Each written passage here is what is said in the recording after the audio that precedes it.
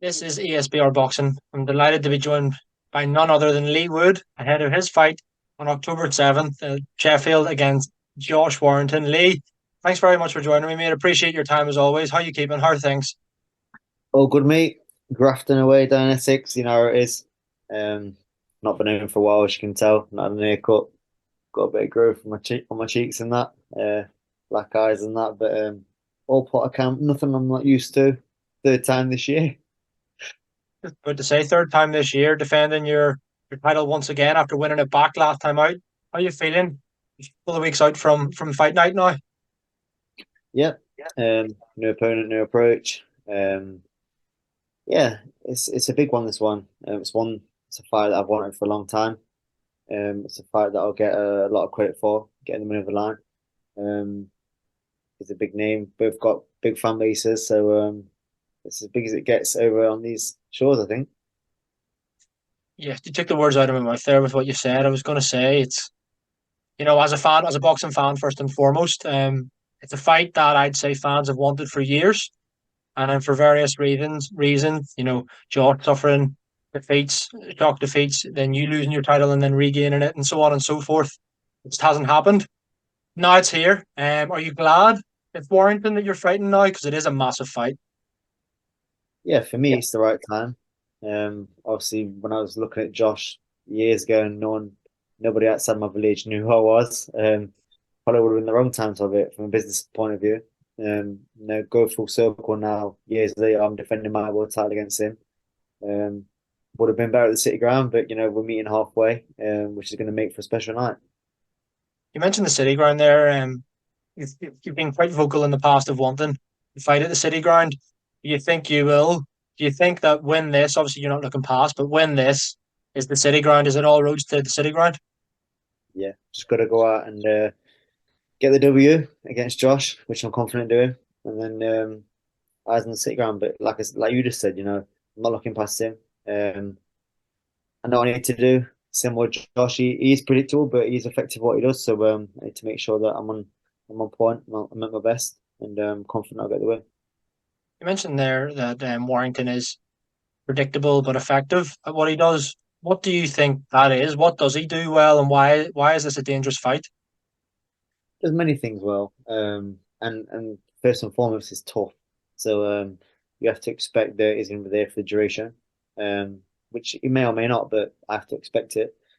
Um, you know, he loves rushing in. He may or may not with me when he feels a bit of power. He may or may not, but I'm prepared for either. There's many other things he does. Jobs I can't say, I can't give too much away. It's after the fight, and I'll talk you through it as I always say, and I always do. Some fans, not myself now, but a lot of fans, so if you see fans on Twitter, and I suppose it's kind of boxing Twitter is a wild place sometimes, but some fans are saying that, we've potentially seen the best of Josh Warrington already, and that you're at your peak now. Do you think that at all, or are you expecting the best version of Josh Warrington we've ever seen? I'm expecting the best version. Yeah, you have to. If you look at his last few fights, the Kiko was a really good win, a really good win. And I was ringside for that, and he got hurt and he came through it. It's a hard night for anyone. The Lopez defeat was a close fight. Again, I was ringside for that. He ain't got a quit in him, Josh. So to say that he's on the slide, I don't really agree with that. I think he's been boxing well, just hasn't had the favoured style matchups that he has once had. So yeah, I'll be expecting him at his best, prepared for him at his best. Um, and like you said as well, I'm at my best physically, and from an experience point of view, fight by fight, just keep getting better. Since I joined Ben Davison, Danny with my team, Lee Wilder, and Barry Smith for one place apart, it's gone strength to strength, and it's where your peak is where your experience meets um, physical performance, and I feel that that's where I'm at. Absolutely. You're coming off a superb unanimous decision win over Maurizio Lara. Probably had quite a lot of demons to face in that fight, given how first fight had gone. But your confidence must be sky high right now. Yeah, I guess so. I just stay. I stay level-headed, feet on the ground, just because, like I said, I know what Josh does, I know what I need to do. I still have to go out and do it. Um, so every fight, I don't really have that mentality of I'm champion, I've done this, I've done that. I have the mentality of I'm going into this fight and it's for the world title because that's what's on the line. You can't really look at it and think, oh, I'm defending my world title. I don't look like that. I look at it as in like, right, I'm fighting for the world title because every fight, essentially, you know, you win, you keep it, you lose it. So the same kind of thing. Um, so having that mentality and that approach every single time I go out there and doing what I need to do um, across the board. That's like physically, fitness wise, and being smart, doing my research, watching the videos, and doing the drills what my team give me. There's so many little details that I have to do all across the board, and I do them, and that's why I've been getting the results lately. And no different for this fight. The approach is exactly the same. And do you think that that defeat to Mauricio Lara and then you won after the one obviously last time out, do you feel like that defeat made you a better fighter in hindsight? Yeah, possibly because it's like ticking another box. Like there's a lot of things you have to overcome, especially how fast the turnaround was. Um, and it's like mental, like, oh, everyone's writing you off. Like, they wrote me off in the first fight, to be honest, but the second fight, after the way that ended, some people was thinking, oh, well, he was actually winning the fight and they got caught with that shot. But other people said, well, it was a heavy knockout and the same thing's going to happen again. So you have a lot of demons to deal with, and how fast we insisted, well, myself insisted the fight took place. There's a lot of pressure. So on the whole, looking at it, I guess I've gained a lot from that, but just because of all the things that went around it. Mauricio Lara, I knew him very well. I knew him, I've had three camps for him. Before that last fight, the injury that I had a full camp, then the first fight, a full camp, and the second fight. I knew him so well. I knew things about him that he won't tell you. And kind of knew what he was going to do before he did it, and patterns, and I knew when to do certain things at certain times because of my team, because of drilling it. Um, but yeah, like I guess took a lot and leveled up from that. You mentioned there how you did three training camps solely based around Mauricio Lara. Obviously, Lara and Warrington, two completely different fighters. How do you prefer for Josh now, having your attention been on Lara for what, the best part of a year non-stop? Yeah, well, there's a few things that crossed over. So whilst we were studying Laura, obviously, I seen at the same time how Laura was making him pay, like giving too much away. So because I already got that information, I knew what not to do against Laura. But at the same time, I know what errors and mistakes Warrington makes, and I can capitalize on them in this fight.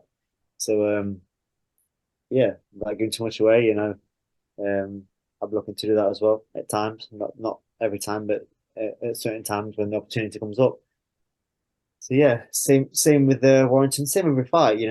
We have an approach and have videos to watch, and then the videos will cross over to the gym with the drills. Same for this fight.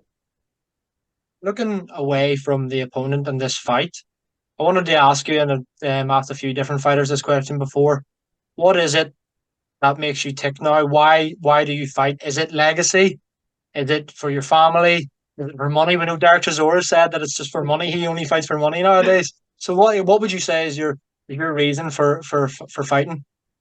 To be honest, like I live quite a modest life. Like I want, even if I made 100 million, I wouldn't want people that's like flying around on yachts. Like it's not really. I love being at home, in my own city in Nottingham. I've been around with my family, my friends, and my kids. Money I've made from boxing, like I can live off that and a comfortable life how I want to live it. Not for everyone, but for me, like for what I want and what I want to do, I ain't got to work again. I've invested my money as well. So the main thing that keeps me going is the first thing is I love fighting. I love boxing. I love the challenge. I love the feeling I get on fight night. I think that's why I don't enjoy watching boxing as much as other people because I actually enjoy boxing instead of watching it. I do watch like my friends and that, and I do watch big fights, but I'm not the biggest boxing fan. Like someone will say, "Oh, did you watch this fight?" I'm like, oh, I didn't even watch it to be honest, because I'm actually more of a doer. and enjoy what it gives me myself on fight night. But that said, there's another thing that keeps me boxing, which is achieving my dream, which I said, like, I think it was 5 years ago. I said I wanted to tick these three boxes if I can before I quit boxing, before I finish. The first one was to win a British title, which I did. I think it was about 6 or 7 months later. The second thing was the first person to headline at City Ground. And I said the third thing was to hopefully box for and hopefully win a world title. And them two will probably tie in together. Not only have I won a world title, I've defended it numerous times. I'm about to defend it the third time. So the remaining thing for me is to be the first person to headline at City Ground. And I made sure that it's in this contract for my next fight. So there's no messing around, because every time I win, I say to him, City Ground next, City Ground next. And getting to the point where I feel like they're messing me about a bit. Yeah, hopefully we are seeing you at the City Ground next. I know you don't want to look past this fight, obviously, and no boxer does, but is it legacy now as well that you kind of want? Is it the unification fights with the likes of Alberto Lopez that we saw winning there against Gonzalez recently, Rubiti Ramirez, Ray Vargas? Is it unification fights? A unification at the City Ground, is that the ideal fight for you? I don't know. I'm not sure yet. It's fight by fight for me, but it's hard for me to make the weight. And I said, this could be my last fight at featherweight unless I get an offer I can't refuse. If that tied in with the City Ground, something I can't refuse, then yeah, I'd do it again. But ideally, I'd like to move up, but we'll see. I'm not even thinking about that yet. My head, my thoughts, my eyes are on Josh at the minute, and getting the victory. Then we'll talk about it. Back to your back to this fight, and you'll obviously have your opinions on it. But again, just looking at it from a generic point of view, a lot of people are saying, "Oh, it's a Leigh Wood knockout, or it's Josh Warrington on points." What are your thoughts on that? There's a few ways a fight can pan out. People have always got an opinion. Even myself, when I look at fights, and think, well, it's either going to be this or this, and then it turns out to be completely different. You never know. But that's what's so good about boxing. It's hard to call sometimes. But I'm confident I'm getting the win, and whichever way it comes, whatever I need to do to win, I'll win. And looking ahead now, Lee, the next 2 weeks yeah, at the time of filming, we're basically just 2 weeks away from fight night. How do they look like for you? When's the last spar? When is it really focused on making the weight? How does it look? Yeah, the weight's a gradual thing. Bit more to go at this stage. Got a few more spars left, and then fight week is pretty much tapering down, all for the media. I actually enjoy fight week because even though like you're hungry and you're not training as much, and I'm around my friends, I'm having a laugh. I enjoy it. I soak it up, and not only that, time goes like that. Fight week goes so fast before you know it. Fight week's here. Um, I do enjoy it when we get to fight week. It's just this last fight week coming up, which is the slowest. And then it's time to have some fun. And just finally, Lee, and thanks for your time as always. What is your prediction? How does it go down on October 7th between yourself and Josh Warrington? You know, I don't want to predict it because every time I predict it, it don't always happen. So what I want to say is Leigh Wood win, and do not miss it because I'm looking good. I'm looking strong, looking sharp, I'm focused, I'm where I need to be. I've got momentum for the first time in my career. So do not miss this one. Brilliantly. Well, appreciate your time as always. Thanks very much for that, and best of luck on Saturday night. Hopefully, catching up with you afterwards with the belt over your shoulder still. Absolutely, mate. I'll talk to you soon. Cheers, Lee. All the best.